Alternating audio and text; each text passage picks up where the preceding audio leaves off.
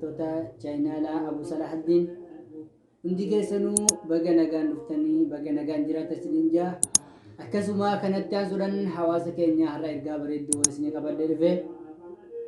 Ergaan bareedduun har'a isinii qabadhee dhufe Masjidul Furqaan kan Bigaalaa Walloo Sanbatee ganda kalkaltii jedhamutti ijaaramu jiru.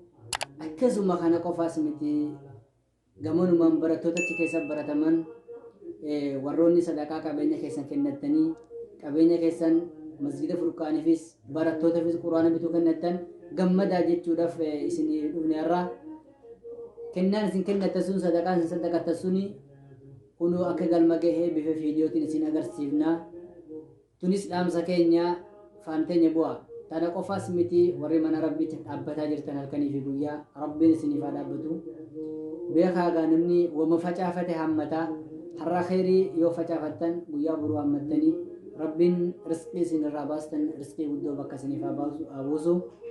Kanumatti aansee ergaa nan qabu ergaa Masjida Furqaanii meena waliin daawwadhaanii daawwannaan isiniin jaa. Assalamu alaikum warahmatullahi wabarakatuh. Inogaati ijoolleen ta'e gaa quraan gumaachitaniif haala kanaan qiraa'atii jammartee gaa galatoomaaf galanni guddaan isin haa gahu. Eegaa rabbiin isin haa jiraachisu jannata keessatti rabbiin gartee akkanumatti walitti isin haa qabu.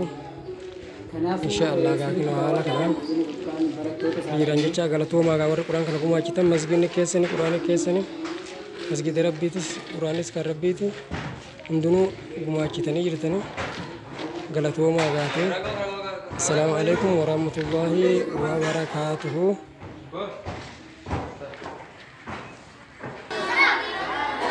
ولله